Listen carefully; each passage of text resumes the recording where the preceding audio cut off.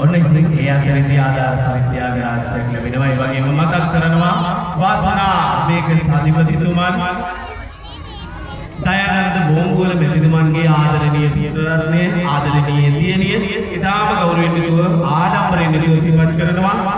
ඔබ වැනි දූ පුතුන් බිහි කරපු ආදරණීය තාත්තා අම්මා අද හොරණ ඉපදිලා හොරණක සම්පතක් වඳුව එතුමා ඔබතුමන්ගේ පියා බවට පත් වීම පිළිබඳව ආඩම්බරයක් ඔයාලගේ හිතේ ඇති. ලංකාවේම ලොකුම තොරණ අපේ ආදරණීය පියාණන් නිර්මාණය කරලා අලුතර ප්‍රදර්ශන